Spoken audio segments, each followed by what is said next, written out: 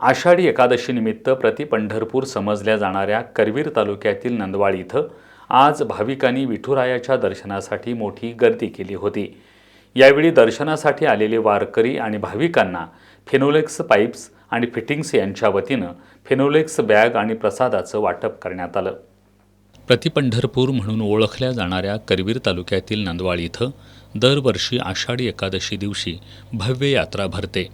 ज्यांना पंढरपूरला जाणं शक्य होत नाही त्या लाखो वारकरी आणि भाविकांनी आज नंदवाळमध्ये विठुरायाच्या दर्शनासाठी गर्दी केली होती। या वारकरी आणि भाविकांना फिनोलेक्स पाईप्स आणि फिटिंग्सच्या वतीनं कोल्हापूर जिल्हा पोलीस अधीक्षक योगेश कुमार गुप्ता यांच्या हस्ते फिनोलेक्स बॅग आणि प्रसादाचं वाटप करण्यात आलं।